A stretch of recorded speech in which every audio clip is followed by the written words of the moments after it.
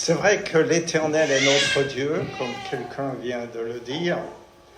Et dans le dernier chant, ça m'est marqué qu'il était dit que en Dieu nous avons la vie, nous avons la connaissance de la vérité et nous connaissons le chemin sur lequel nous devons marcher. Dieu nous a donné une espérance, c'est l'espérance chrétienne, et c'est mon sujet aujourd'hui. Il y a environ 100 000 habitants dans le budget. Il y en a combien qui vont à un culte évangélique? Et vous, pourquoi êtes-vous venus? Dans le livre de Job, les versets 7 à 10 du chapitre 14, il y a une petite phrase qui dit « Un arbre a de l'espérance, mais l'homme expire, et où est-il ?» L'espoir, pas l'espérance, l'espoir de Monsieur Tout-le-Monde, c'est de désirer un meilleur avenir, mais la mort met fin à tout espoir. Par contre, l'espérance chrétienne, c'est une confiance sereine en l'avenir au-delà de la mort. Donc il y a une grande différence entre l'espoir de Monsieur Tout-le-Monde et l'espérance chrétienne que vous et moi entretenons. La première fois qu'on rencontre le mot « espérance » dans le Nouveau Testament, c'est dans le livre des Actes, chapitre 2, verset 26. « Et même ma chair reposera avec espérance. » En fait, il se trouve que c'est un extrait d'une prophétie de la résurrection de Jésus. Puis, dans le livre des Actes, au chapitre 14, nous lisons « Les croyants de l'Ancien Testament croyaient qu'il y aurait une résurrection des justes et des injustes. Mais leur croyance était très limitée. Et c'est dans le Nouveau Testament que nous avons les détails, que c'est surtout l'apôtre Paul qui nous les donne. Dans le livre des Romains, chapitre 5, verset 2, les croyants, d'une manière générale, selon l'enseignement du Nouveau Testament, n'ont aucune raison de se glorifier de quoi que ce soit et ne le devraient pas, sauf ils peuvent se glorifier de partager un jour la gloire de Dieu et de rayonner de toutes les perfections divines. C'est là quelque chose qui fait partie de l'espérance chrétienne. Et au verset 5 du chapitre 5, nous lisons, nous voyons, nous constatons que le Saint-Esprit nous donne la conviction que ce que nous croyons est la vérité. Autrement, vous ne seriez pas là aujourd'hui. Si vous n'aviez pas cette conviction que ce que vous croyez est la vérité. Puis, au Romains 8, 24, l'accomplissement de notre espérance est tellement certaine que nous l'attendons avec foi, patience et persévérance, même au sein des épreuves, au point même où nous pouvons nous réjouir d'avance. Romains 15, 4, ce sont les Écritures qui nourrissent notre espérance, quelles que soient nos circonstances. Encore faut-il les consulter. 2 Corinthiens 3, 12, c'est notre conviction qui nous pousse à annoncer l'Évangile avec hardiesse. Et nous voyons dans la vie de l'apôtre Paul que la hardiesse, c'était vraiment une caractéristique de son caractère. Dans Galates 5.5, le Saint-Esprit nous assure que notre foi nous vaudra et nous vaut déjà d'être déclarés justes par Dieu. Ce verset est difficile parce que la première fois que vous le lisez et que vous voyez justice, on peut penser à toutes sortes de choses, mais cette justice, c'est une justice personnelle. C'est celle que Dieu déclarera à notre égard lorsque nous comparaîtrons devant lui. Puis nous avons dans l'Épître aux Éphésiens, au chapitre 1, verset 18, « Il est vrai que notre espérance en tant que chrétiens nous paraît bien lointaine. Nous avons nos soucis quotidiens, mais quand elle se réalisera, et elle se réalisera, elle transcendra tout ce que nous aurons pu imaginer. Nous ne pouvons pas, avec nos facultés humaines, nous représenter l'éternité, ni la gloire que Dieu va nous accorder. Éphésiens chapitre 2, verset 12, est une description de ceux qui n'ont pas mis leur espérance en Jésus-Christ. Tous ceux qui sont dehors, dans les rues adjacentes à l'église, qui devraient être là, mais qui ne le sont pas. Et tous ceux qui, et il y en a relativement peu, qui croient dans les statuts, les récitations, les pèlerinages, les reliques, les rites, ou même certains actes magiques. Mais tout cela ne procure ni paix ni joie, et tout cela n'a vraiment rien à voir avec la foi en Dieu et en Jésus-Christ. Éphésiens chapitre 4, verset 4 aussi, il est question de notre espérance chrétienne. Et cette espérance chrétienne fait que nous sommes, en tant que frères et sœurs, dans un amour fraternel. Nous nous aimons et c'est très naturel de nous aimer les uns les autres, de nous entraider. Ça vient tout seul. C'est par le Saint-Esprit qui nous habite. Ensuite, dans Colossiens chapitre 1, verset 5, Paul dit que seules les Écritures nous donnent raison d'espérer en la vie et la gloire éternelle. C'est vrai, on ne trouve pas cette espérance ailleurs que dans les Écritures et pour nous plus particulièrement dans le Nouveau Testament. À condition, bien sûr, Colossiens, parole de Paul, chapitre 1, 23, à condition de persévérer. La persévérance est le signe de la réalité de la foi. Et il y a beaucoup de passages qui en parlent et qui sont même menaçants. Dans l'épître en particulier, on n'est pas sûr qui a écrit l'épître aux Hébreux, mais l'auteur n'était pas commode. Et pour lui, la persévérance était un attribut des plus importants. Ensuite, dans Colossiens, chapitre 1, versets 26 et 27, il est question du mystère. Un mystère, c'est un mot qui revient plusieurs fois dans le Nouveau Testament. C'est une vérité qui était ignorée dans l'Ancien Testament et qui a été révélée dans le Nouveau Testament. C'est une nouvelle révélation. Et cette nouvelle vérité, c'est l'espérance chrétienne. Dans 1 Thessaloniciens, chapitre 5, verset 8,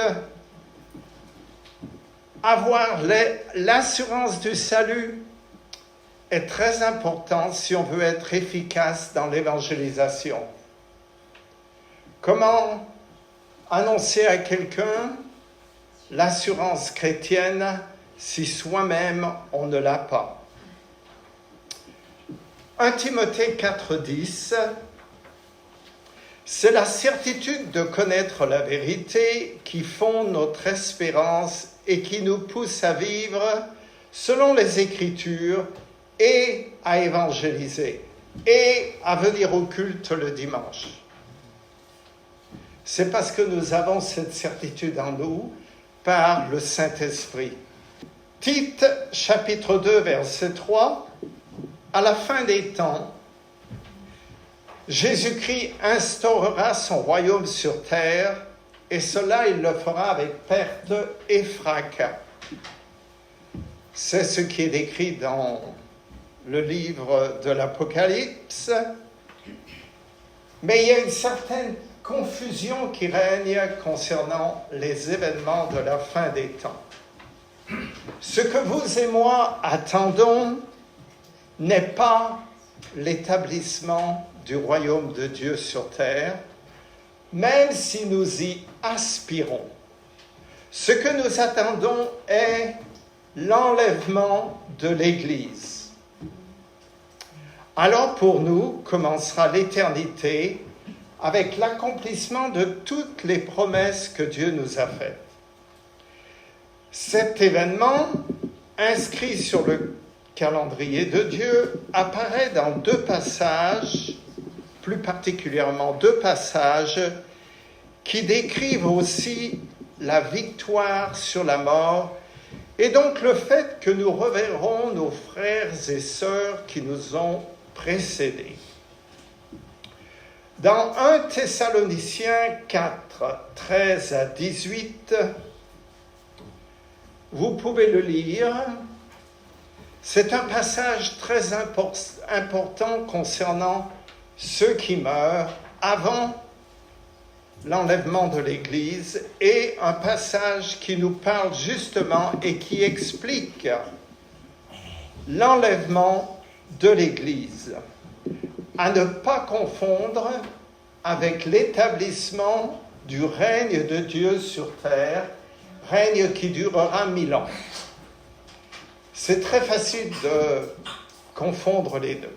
Le passage suivant, voici en effet ce que nous vous déclarons d'après la parole du Seigneur. Nous les vivants. C'est un passage sensationnel, ça. Et si vous montrez ce passage à un passant dans la rue, qu'est-ce qu'il pensera de vous? Que vous êtes sonné. Vous n'êtes pas tout à fait comme il faut. Vous vous rendez compte que ce passage va bien au-delà de tous les films à grand spectacle qui ont pu être faits.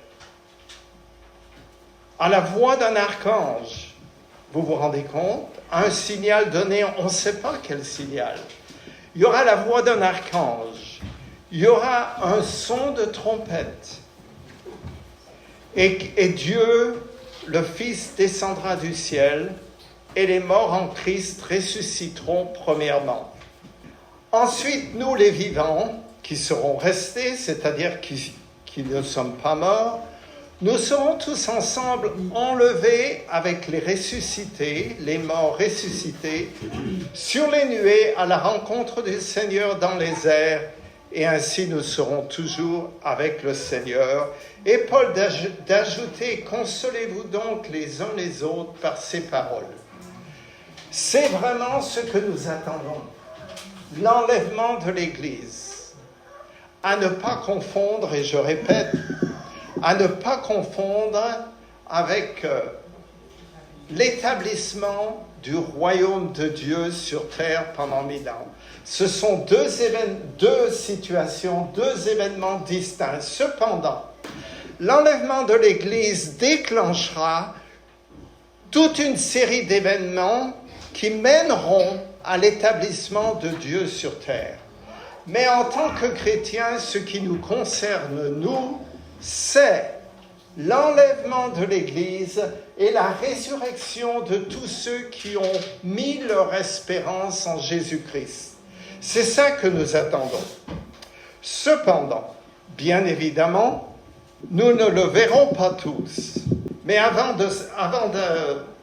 cela, je veux aussi que vous lisiez 1 Corinthiens 15, 51 à 54, qui concerne aussi l'enlèvement de l'Église.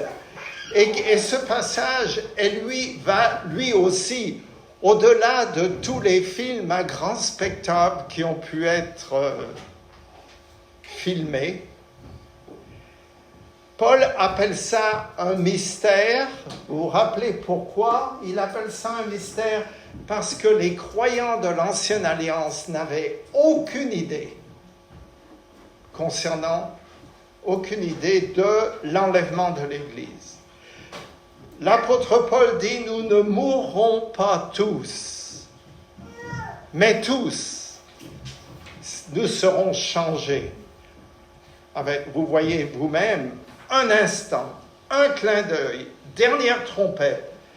Pourquoi la dernière trompette? Personne ne sait. La dernière trompette sonnera et les morts ressusciteront incorruptibles et nous serons changés pour devenir incorruptibles.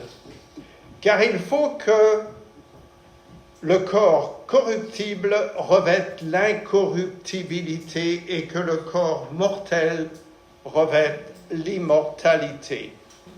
Alors s'accomplira la parole qui est écrite, la mort a été engloutie dans la victoire.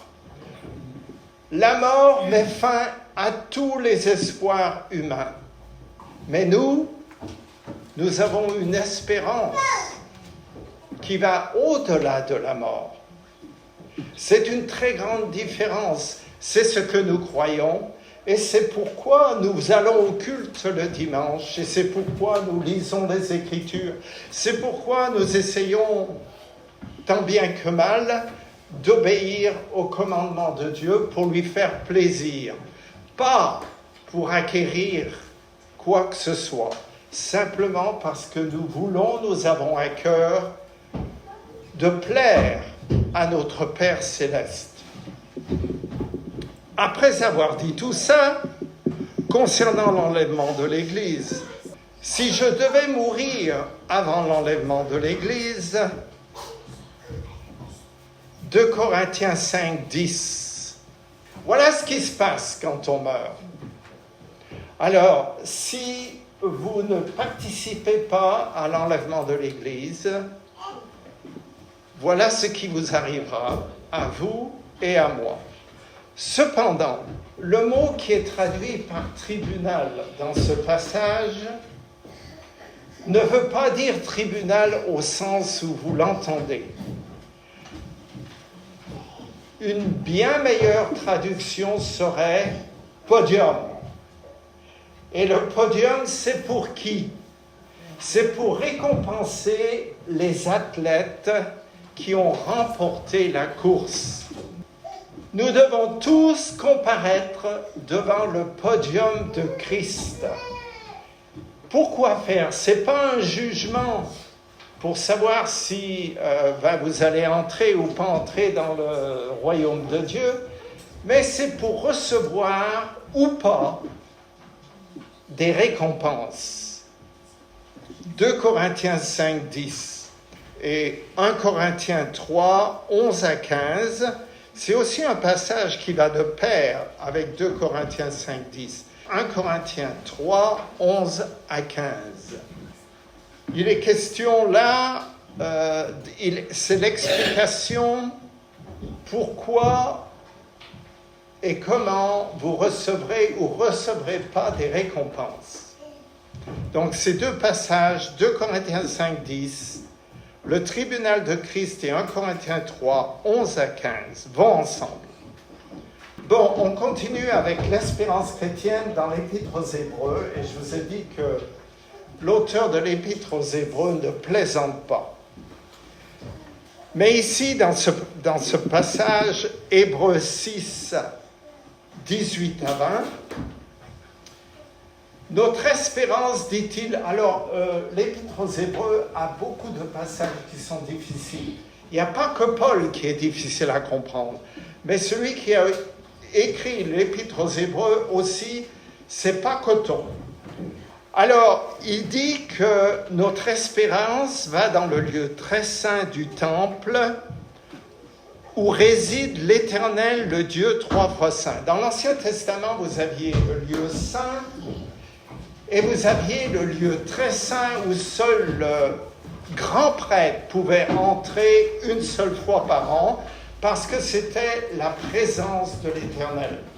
Et dans ce passage, l'auteur dit que notre espérance, elle traverse le lieu saint pour aller dans le lieu très saint où se trouve l'Éternel. Parce que, à cause du sacrifice du Christ, nous avons accès à la présence de l'Éternel. Voilà pourquoi. Voilà ce qu'il dit. Alors c'est pour ça que quand vous lisez ce passage, c'est pas évident de quoi il parle, mais je viens de vous le dire. Ensuite, nous passons à 1 Pierre, chapitre 1, verset 3. La résurrection de Jésus est ce qui garantit la nôtre. En nous-mêmes, il n'y a pas de résurrection. On est mort et on reste mort. Et ensuite, enfin, pour ceux qui ne sont pas chrétiens, ils sont jugés et c'est terminé. Mais nous allons ressusciter de la manière dont vous avez pu le lire, de la manière dont Paul le décrit lors de l'enlèvement de l'Église. Si vous êtes déjà mort lors de l'enlèvement de l'Église, vous avez vu ce qui arrive.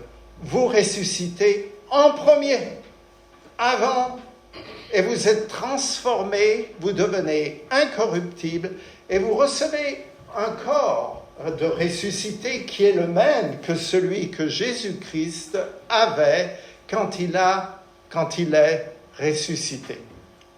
1 Pierre 1,3, la résurrection de Jésus garantit la nôtre. C'est notre espérance. Mais il faut être né de nouveau pour y croire. En fait, tous ces versets qui parlent de l'espérance chrétienne n'ont aucun sens pour quelqu'un qui n'est pas né de nouveau. C'est un film, un grand spectacle. Pauvres gens, vous croyez ça? Pauvres gens. Mais nous y croyons parce que c'est la vérité et nous avons cette certitude par le Saint-Esprit. Sans le Saint-Esprit, nous n'y croirions pas. Finalement, 1 Jean 3, versets 2 et 3, nous sommes maintenant enfants de Dieu. Et parce que nous avons l'espérance chrétienne, cette espérance, selon Jean, cette espérance produit l'effet purificateur de la sanctification. La sanctification dont parle l'apôtre Paul et qui dit « Sans la sanctification, personne ne verra le Seigneur ». L'espérance chrétienne produit l'effet purificateur de la sanctification. En fait, le mot sanctification a deux significations dans le Nouveau Testament, mais on ne va pas aller là, ce n'est pas aujourd'hui, ce sera pour une autre fois. Voilà pour vous tous qui possédez l'espérance chrétienne. Alors, nous sommes au culte aujourd'hui à cause de notre espérance. Et maintenant, nous allons passer à la scène. Et pour la scène, j'ai choisi un passage épineux. Vous savez ce que c'est qu'une épine? C'est quelque chose qui pique. Et il y a dans les Écritures un certain nombre de passages épineux qui nous vexent, qui sont vexants et qui ont vexé ceux qui l'ont entendu, celui-ci de Jean 6. Jésus dit « Celui qui mange ma chair et qui boit mon sang a la vie éternelle. Celui qui mange ma chair et qui boit mon sang a la vie éternelle, et je le ressusciterai au dernier jour. Celui qui mange ma chair et qui boit mon sang demeure en moi, et je demeure en lui.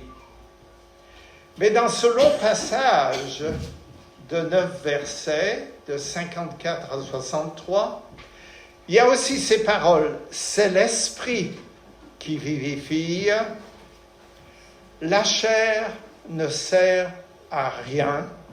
Et Jésus d'ajouter, les paroles que je vous ai dites, donc dans ce passage épineux, sont esprit et vie.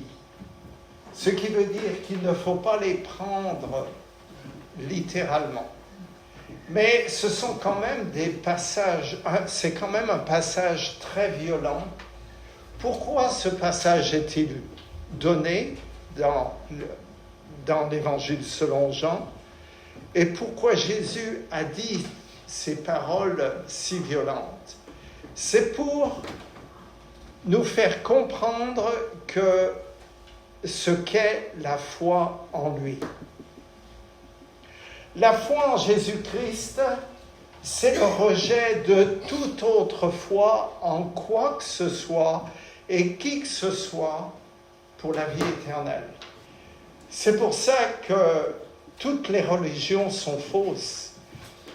Toutes les religions donnent un faux espoir. Il n'y a que la foi en la personne et en l'œuvre de Jésus-Christ, plus rien d'autre. Mais ça, c'est très important. Ce plus rien d'autre. Il y a beaucoup de personnes qui vont dire qu'ils croient en Jésus-Christ. Mais si vous fouillez un peu, il y a du plus. Et le plus, il efface ce qu'ils disent croire. Vous savez, dans le système religieux chrétien qui n'est pas évangélique, il y a Jésus-Christ parmi d'autres choses. Mais si vous enlevez Jésus-Christ, tout le système tient debout.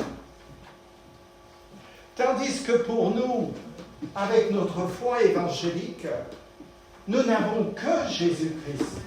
Et si on enlève Jésus-Christ, nous n'avons plus rien. C'est pour ça que ce passage est si violent. C'est pour nous faire comprendre ce qu'est la foi en Jésus-Christ.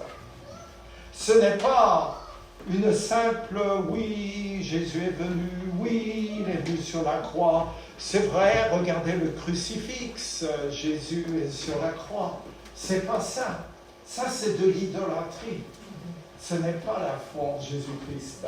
C'est pour ça que cette croix n'a pas un Jésus-Christ pendu. Parce qu'il est ressuscité, ce qui est aussi le garant de notre résurrection. Et c'est ce que nous croyons. Et c'est pour ça que nous vivons la vie chrétienne, que nous essayons de vivre la vie chrétienne telle qu'elle est décrite dans le Nouveau Testament. Maintenant, pour fêter tout cela, nous allons prendre les éléments de la scène.